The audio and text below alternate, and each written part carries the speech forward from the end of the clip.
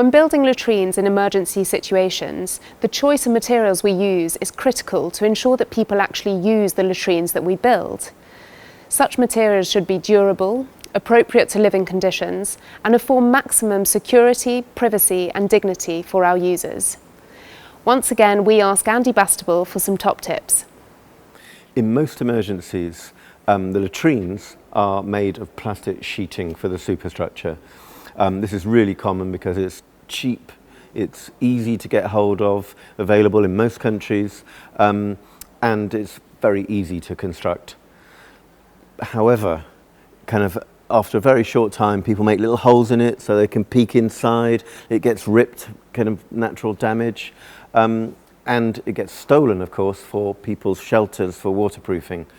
So we can pretty much guarantee that after 3 months, plastic sheeting latrines won't be fit for purpose.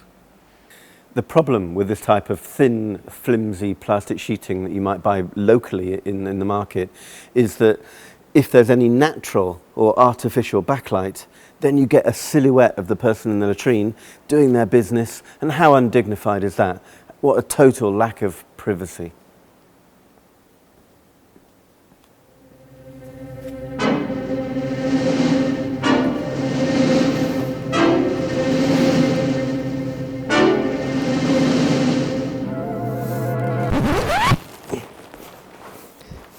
And how dignified is that?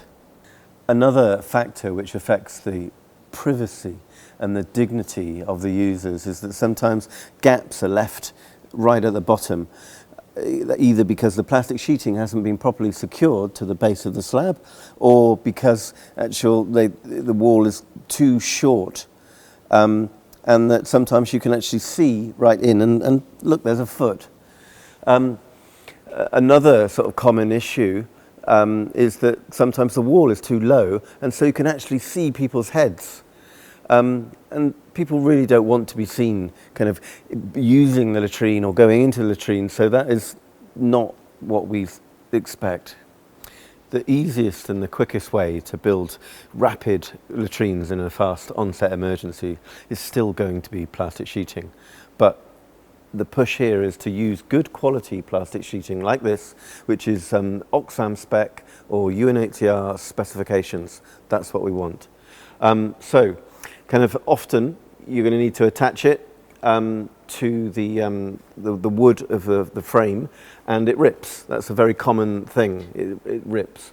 So a nail goes in and then someone pulls it and it rips. So simple ways that you can avoid that is by just using a bottle top.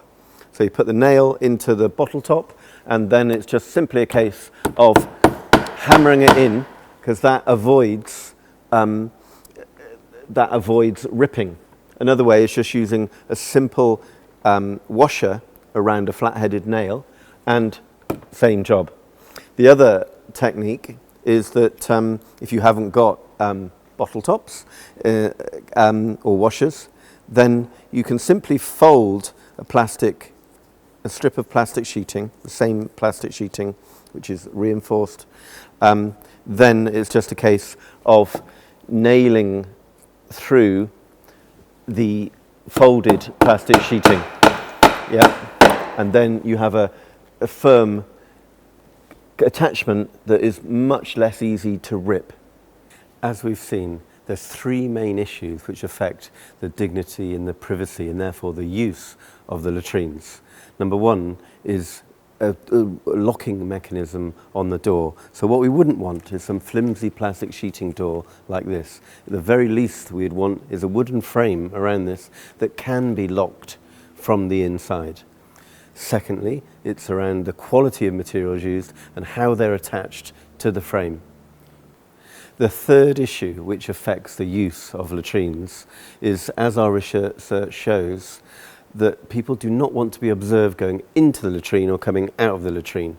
So a solution to this is to have a simple screen that you can put up to make a barrier in front of the actual door to the latrine, and also not to have latrines in busy thoroughfares where it's very obvious what people are doing if they're going in.